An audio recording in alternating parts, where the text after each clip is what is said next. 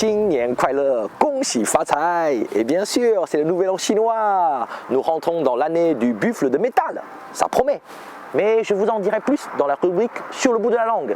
Mais avant tout, je voudrais souhaiter à tous et à toutes une nouvelle année, une bonne année et bonne santé. Et nous sommes aujourd'hui dans le quartier de Westbund, un quartier rénové, magnifique. Nous allons profiter un petit peu du soleil. Sans plus tarder, nous parlons tout de suite des actus.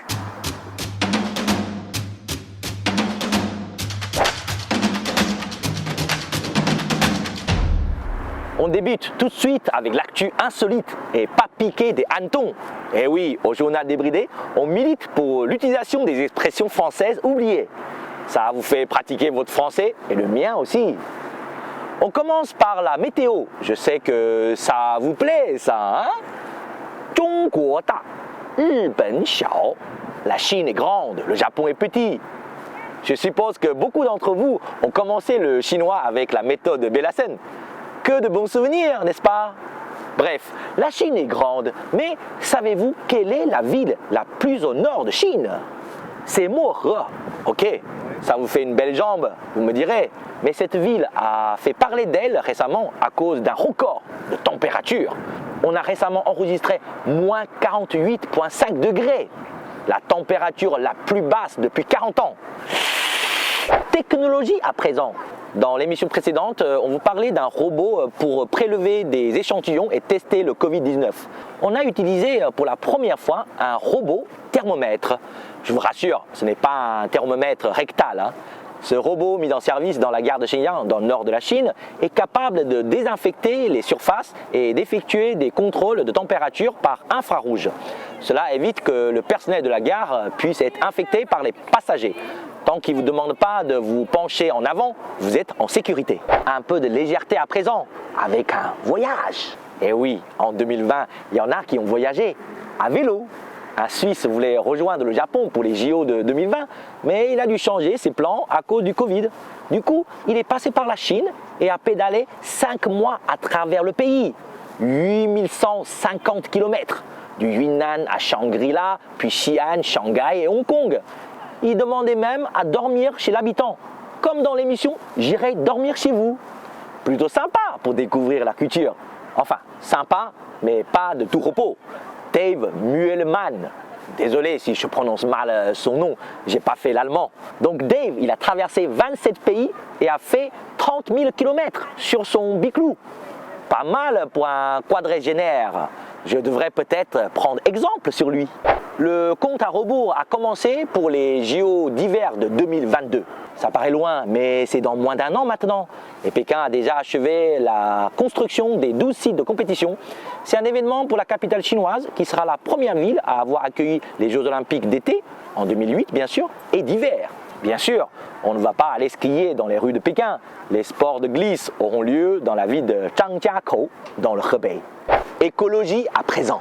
Entre 2020 et 2050, la Chine prévoit d'investir 100 000 milliards de yuan, soit 15 560 milliards de dollars, pour arriver à la neutralité carbone.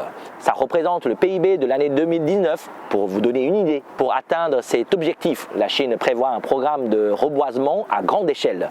Mais comme on ne peut pas planter des arbres partout non plus, alors il faudra également réduire les émissions. Le passage aux énergies propres permettra la création de nouveaux emplois, mais cela a un coût, car les usines à charbon actuelles sont encore en état de marche. Ça doit faire un peu bizarre que la Chine, l'usine du monde, comme on la surnomme, essaie de donner l'exemple en matière de lutte contre le réchauffement climatique. De rares images de pandas géants ont été capturées par des caméras infrarouges. On n'arrête plus le progrès et ça permet de voir des images d'animaux protégés qui s'ébattent dans la nature. Moi je dis oui. Des photos ont été prises dans la réserve naturelle de Wujiao, dans le Sichuan. Le panda est une espèce menacée et le symbole de la Chine. Alors, quoi de mieux pour commencer l'année? Une boulette bien infortunée. Pour le nouvel an, il est de coutume d'accrocher des banderoles et des calligraphies censées apporter de la chance. Mais comment ça se passe si le caractère imprimé a un sens néfaste? Le site internet de People's Literature Publishing House a mis en ligne des sets comprenant différentes calligraphies du caractère fou, bonheur. Sur l'une d'entre elles, cependant, le caractère ressemble plutôt au caractère huo, mauvaise fortune. Ok, même pour les Chinois, c'est difficile de voir la différence. Elle est subtile. C'est un peu comme essayer de déchiffrer l'ordonnance de votre médecin de famille. Après, on peut toujours trouver une explication. Certains diront que la bonne fortune trouve parfois son origine dans les désastres et que la malchance finit toujours par céder la place au bonheur. Enfin, pour les gens superstitieux, mieux vaut ne pas prendre de risques. Et pour finir sur une note rapide, connaissez-vous le jeu le plus à la mode en ce moment en Chine? Faire pousser des pastèques sur son téléphone. Le nouveau jeu Recheng Da Xigua, disponible via WeChat, a déjà rassemblé plus de 40 millions de joueurs en une semaine. Pourtant, c'est juste une sorte de Tetris, mais avec des fruits de forme circulaire. Ça a peut-être un côté apaisant, je sais pas. Voilà pour les actus drôles et incroyables. Et n'hésitez pas à nous faire part de vos pépites. On en reparlera dans la prochaine émission.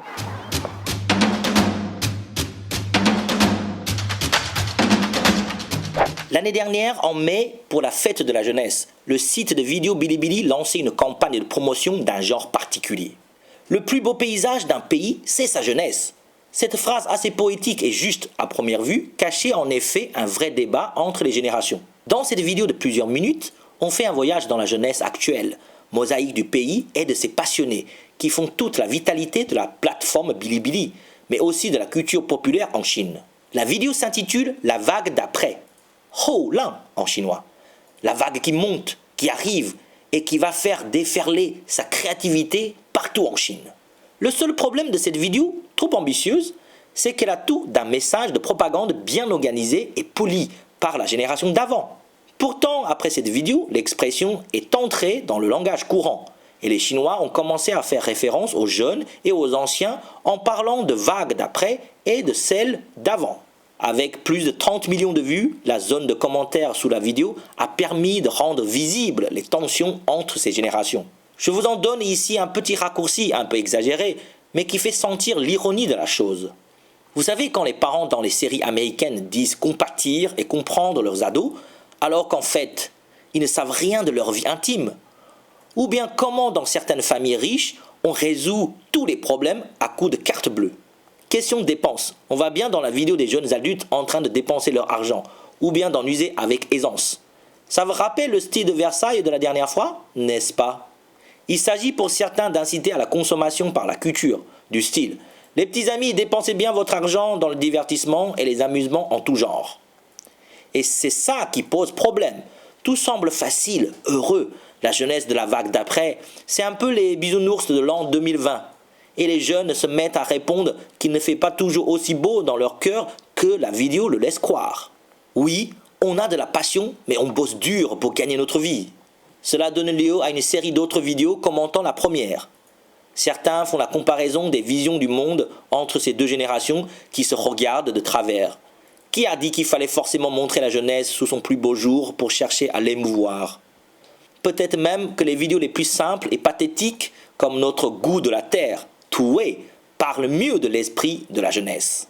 Quoi qu'il en soit, comme on dit en chinois, Keiyense, les jeunes n'ont pas fini d'en faire voir à leurs aînés de toutes les couleurs. Ici ou ailleurs, la jeunesse n'aime pas qu'on lui dise quoi faire ou à quoi elle doit ressembler.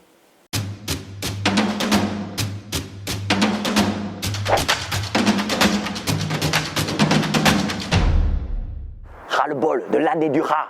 Ça y est, nous sommes entrés dans Niu Nian, l'année du bœuf, du buffle, de la vache. Tiens, pourquoi il y a tant de façons de traduire Niu, bœuf, buffle ou vache? Aujourd'hui, sur le bout de la langue, tout, je vous dirai tout sur le bœuf, bien sûr. En fait, en chinois, on utilise le caractère Niu qui peut signifier taureau, bœuf, buffle, vache ou même veau. C'est le jeu des 7 familles en une seule carte. Alors, pour être plus précis, je pense qu'il vaut mieux traduire ce caractère Niu par bovin. Mais comment on fait pour les différencier alors? On rajoute un caractère devant. Taureau, ça se dit Kong Niu, mâle bovin. Buffle, Shui Niu, haut bovin. Vache, Mu Niu, femelle bovine. Veau, Xiao Niu, petit bovin. Et pour la viande de bœuf, c'est l'inverse. Niu Rou. C'est toujours logique le chinois, n'est-ce pas? Voyons maintenant l'évolution du caractère Niu. c'est un pictogramme, c'est-à-dire qu'à la base, il s'agissait d'un dessin représentant le sujet en question. Selon les premières traces datant de plus de 1000 ans avant Jésus-Christ, on voit bien la forme d'un taureau avec ses 2 cornes. Au fil des années, le taureau a fini par perdre une corne. Ce pictogramme est devenu le symbole du bœuf. Dans la culture chinoise, cet animal représente le côté travailleur. Car en Chine, comme en France, on a utilisé les bovins pour trimer toute leur vie dans les champs. D'ailleurs, en français, vous dites aussi « travailler comme un bœuf ». L'idée est la même. Durant la dynastie Qing, 200 ans avant Jésus-Christ, une loi interdisait même l'abattage des bœufs de trait. Donc le bœuf est respecté pour son assiduité, son altruisme. Ainsi, l'expression « Ru Zi Niu » désigne quelqu'un qui veut tout faire pour les autres, rendre service aux autres. Souvent, on l'utilise pour parler des enseignants qui transmettent toutes leurs connaissances aux élèves. Mais toute médaille a son revers. Le bœuf est également symbole d'obstination. Vous dites têtu comme une mule, mais en chinois, quand on trouve quelqu'un opiniâtre, coriace, on dit qu'il a un tempérament de bœuf. Niu pi qi. Et quand on met le caractère qiang, fort, et niu, bœuf, ensemble, ça fait un autre caractère jiang. À votre avis, ça signifie quoi? Fort comme un bœuf? Pas du tout. Ça veut dire obstiné, n'en faire qu'à sa tête. Cela dit, l'idée de fort comme un bœuf, on l'a aussi en chinois. Mais c'est plutôt moderne.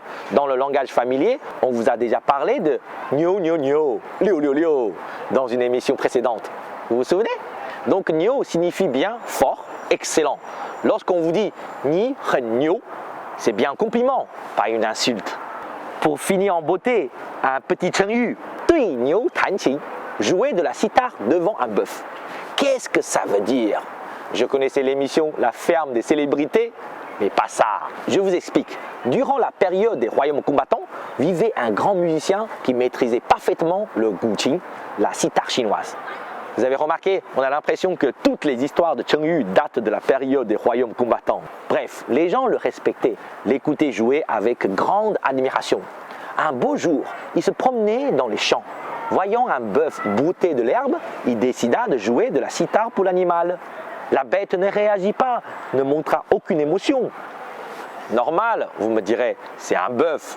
Furieux, le musicien changea de morceau. Hélas, la bouffe est bien meilleure que la musique pour l'animal, qui se contenta de manger de l'herbe. Déçu, le musicien quitta les champs. On le réconforta en lui disant « C'est pas toi qui joues mal, mais c'est l'animal qui ne comprend pas ta musique. » Elle est drôle cette histoire, non?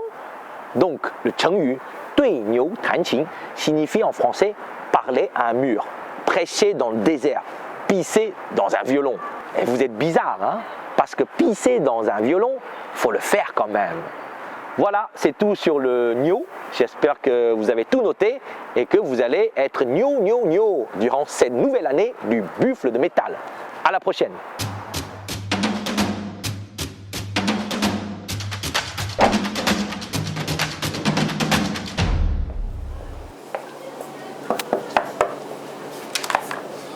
Bonjour Lisson.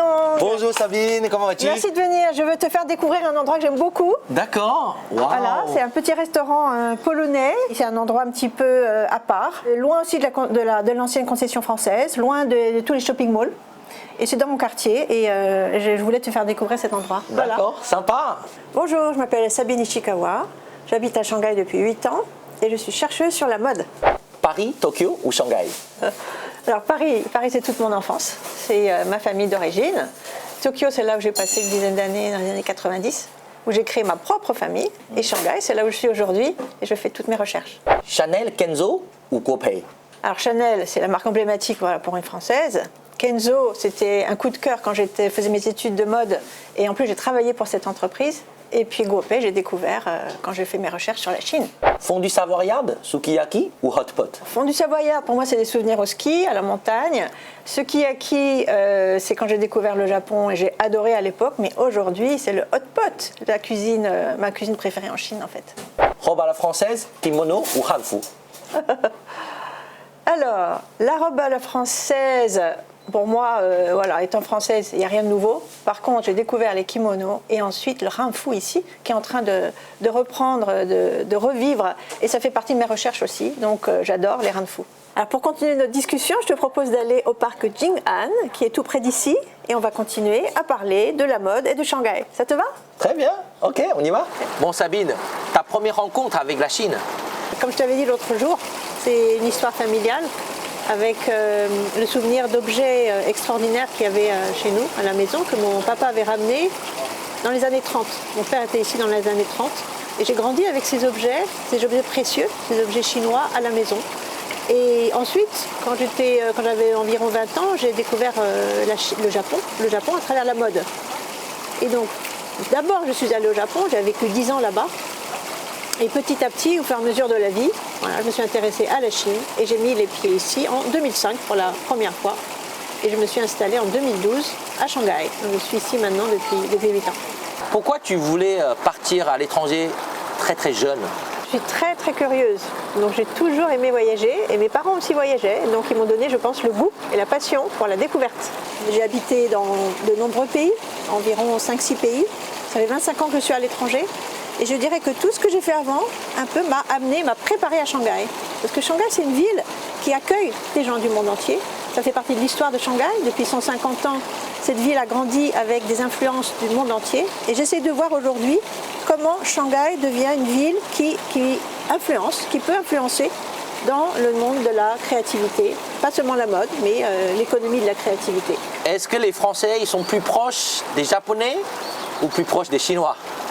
Peut-être plus proche du chinois, dans le côté peut-être plus volubile, spontané, moins discipliné voilà, que les Japonais. Les Japonais ont une discipline intérieure, une espèce de rectitude qui parfois déplaît. Les gens qui adorent la Chine, souvent, sont choqués quand ils vont au Japon. Mais inversement. France, Italie, les États-Unis, le Japon, la Chine. Et qu'est-ce que ces pays représentent pour toi? Chaque pays m'apporte énormément et en fait ça me permet ensuite de relier tout ça. Donc, ce que j'adore, c'est comparer. Comparer que ce soit dans la façon de vivre, le rapport au monde, le rapport à l'univers, le rapport à l'énergie, le rapport aux autres, le rapport à la culture. Donc en fait, je suis venue ici d'abord pour la mode et puis finalement ce que je regarde c'est la culture. C'est les racines. C'est les racines de la culture chinoise et ce qui me fascine, c'est le côté universel. Il y a certains éléments de la culture qui me semblent universels, avec une portée universelle. Et plus je fais mes recherches et plus j'essaie de comprendre mais comment tout ça est en train de se réveiller et de s'exprimer dans la vie de tous les jours. Est-ce que tu peux nous expliquer en quelques mots l'influence du Japon sur la mode en Chine? Alors cette influence sur la mode en particulier, elle est récente. Mais les racines sont anciennes. J'ai fait des recherches pour comprendre ce que le Japon avait appris de la Chine. Et j'ai vu qu'il y a plus de 1500 ans d'échanges entre ces deux cultures. Mais depuis 150 ans, c'est plutôt le Japon qui a beaucoup apporté à la Chine à différents niveaux. Alors moi, j'ai fait un zoom, c'est vrai, sur la mode. Qu'est-ce que le Japon a apporté? Je dirais que quand j'interviewe des créateurs, des designers, des artistes, presque tous me parlent du Japon. Ils sont allés au Japon, ils ont été influencés par l'esthétique japonaise qui en fait écho avec l'esthétique chinoise. Ce qui est intéressant, c'est de voir donc des créatifs, des personnes du monde de l'art, de la culture qui sont intéressés par le Japon. Et de l'autre côté, c'est qu'est-ce que les jeunes chinois créent eux de nouveau, sans copier ni l'Occident ni le Japon. Donc tout à l'heure, je vais t'emmener dans un mall qui est pas loin, qui est l'emblème de la consommation qu'on associe souvent à Shanghai, donc une ville de luxe, une ville de consommation. Donc ça, c'est une facette que je regarde. Mais au-delà de la consommation, je regarde évidemment la création. C'est-à-dire qu'est-ce que les jeunes Chinois veulent inventer, veulent exprimer. Alors nous voilà là où je voulais t'amener, c'est Plaza 66. Ce mall a une histoire, il a 20 ans. C'est un des premiers, si ce n'est pas le premier malls qui vendent donc des marques occidentales à des consommateurs chinois. En fait, on est ici dans un lieu de consommation. Donc c'est une autre facette de la ville et une autre facette de mon travail, parce que je suis directrice d'un master sur le luxe où j'accueille des étudiants étrangers qui viennent étudier le marché chinois. Quand on parlait tout à l'heure du Japon, voilà, le Japon et la Chine, le Japon aussi est passé par là. Le Japon est allé dans une frénésie de la consommation et le Japon est en train de consommer différemment. C'est plus du tout une espèce de collectionneur de sacs de grandes marques. Ils ont changé leur mode de vie et leurs valeurs. Et donc je pense qu'en Chine, il va se passer des choses semblables. C'est-à-dire aujourd'hui, il y a des millions de personnes qui consomment de façon frénétique et on voit déjà, pour certains, une lassitude. Et ils cherchent des marques locales. On peut voir ici le centre de ce mall qui fait rêver tellement de personnes qui viennent donc, de toutes les provinces autour. Et au lieu d'aller cette année, donc 2020-2021, comme les personnes ne peuvent pas voyager à l'extérieur, il y a un report des ventes. Tous les touristes qui achetaient habituellement à l'étranger achètent cette année en Chine et surtout à Shanghai. Et donc on voit des ventes absolument astronomiques et notamment ici, comme je le disais, plus 60% en un an, alors qu'on est dans une récession mondiale. Ici on est à l'écart. Eh bien Sabine, merci beaucoup. On a pas mal à discuter. On était dans 3 endroits différents. Super visite et super contenu, je trouve. Merci de m'avoir donné ce temps de parole. J'étais ravie de partager un petit peu de ce que je vis ici depuis 8 ans. Et puis si les personnes qui nous écoutent veulent en savoir plus, je suis en train de finir un livre qui va paraître en France chez L'Harmattan, voilà, qui est sur la mode et comment Shanghai devient une ville créative. Et puis les relations entre le Japon et la Chine. Merci. Merci, à bientôt. À bientôt, au revoir, salut. Au revoir. Voilà, c'est la fin de cette émission. Vous vous souvenez, au début de l'émission, je vous ai dit « Xin Nian Kuai Le, Gong Xi Fa Cai ». Gong Xi Fa Cai, qu'est-ce que ça veut dire en chinois? Eh bien, ça veut dire « J'espère que vous allez faire fortune ». Nous, les Chinois, on est dans le pragmatisme. Allez, j'espère que vous allez gagner beaucoup d'argent cette année. À la prochaine.